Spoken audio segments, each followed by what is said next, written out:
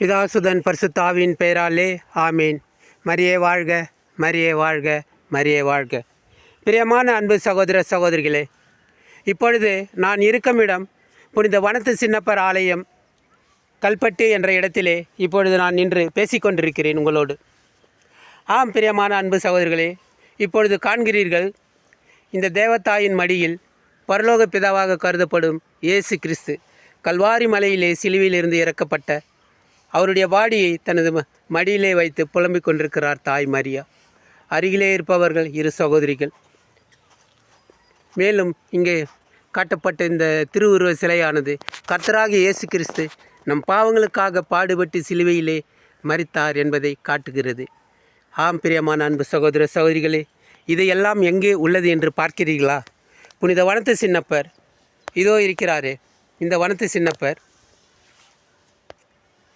இவர்தான். இவருடைய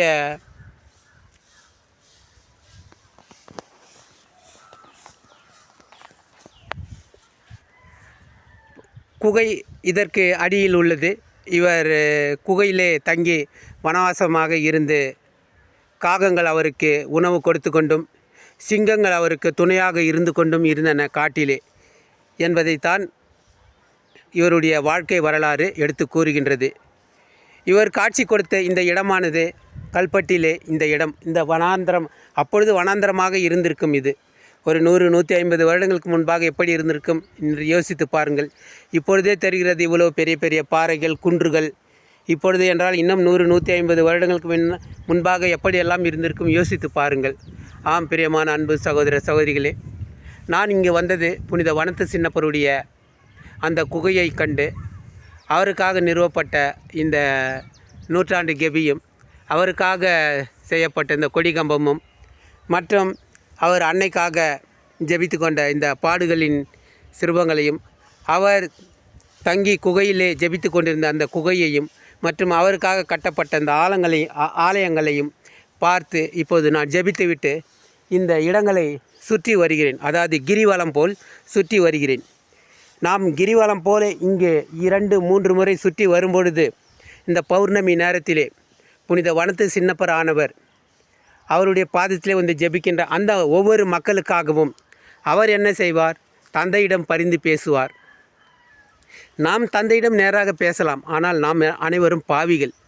இந்த பாவிகள் பேசுவதை விட ஒரு புனிதராக கருதப்படும் புனித வனத்து சின்னப்பர் அவர் நமக்காக பேசி ஆண்டவரிடமிருந்து அநேக அற்புதங்களையும் ஆசீர்வாதங்களையும் பெற்றுத்தந்தால் நமக்கு நலமாக இருக்கும் என்று நம்பித்தான் அவருடைய பாதத்திலே வந்து ஜெபித்து கொண்டிருக்கிறேன்.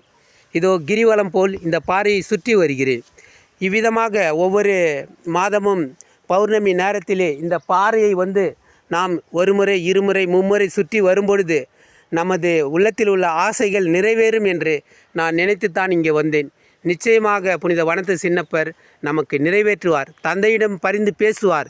நமக்காக வரங்களை வேண்டி வாங்கி தருவார் என்று முழு நம்பிக்கை கொள்கிறேன்.